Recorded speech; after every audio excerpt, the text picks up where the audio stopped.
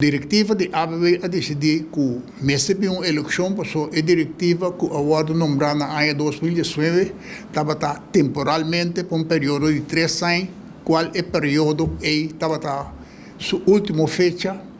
estava novembro 2022. E atualmente nós publica que escolhe 3 membros honorários para formar a comissão eleitoral que tem que guiar a eleição de ABB, qual também toma lugar dia 17 e 18 de janeiro de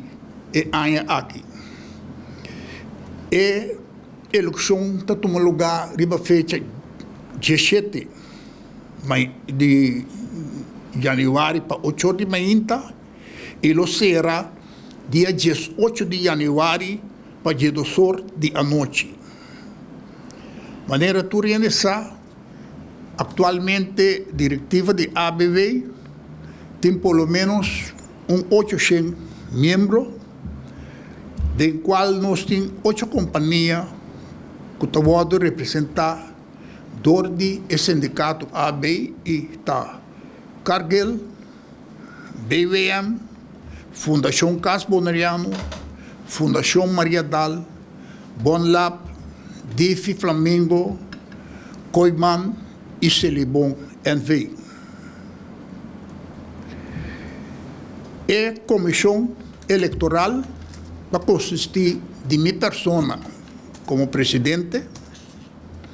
Norwin Willem como conselheiro, como secretário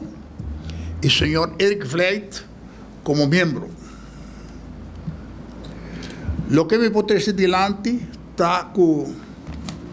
o tesoureiro que estava temporalmente na diretiva de ABB de 2019 até 2022 a decidir que não pode assumir como candidato e a bem na seu lugar a senhora Miriam Wanga Marquit. Esta persona que a votação mês, que é uma senhora que a votação mês disponível para tesoureiro de ABB para a duração de 2022 para 2025. A maioria de outros membros de diretiva não a queda disponível e apresentar na mesa a trobe para o período de 2022-2025, caminha tradordang membro de ABB tour arranha via na móvel com a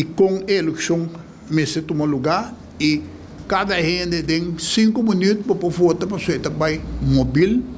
e ribesei bastante companheiro secretário Willem lobby mais amplo ribaje.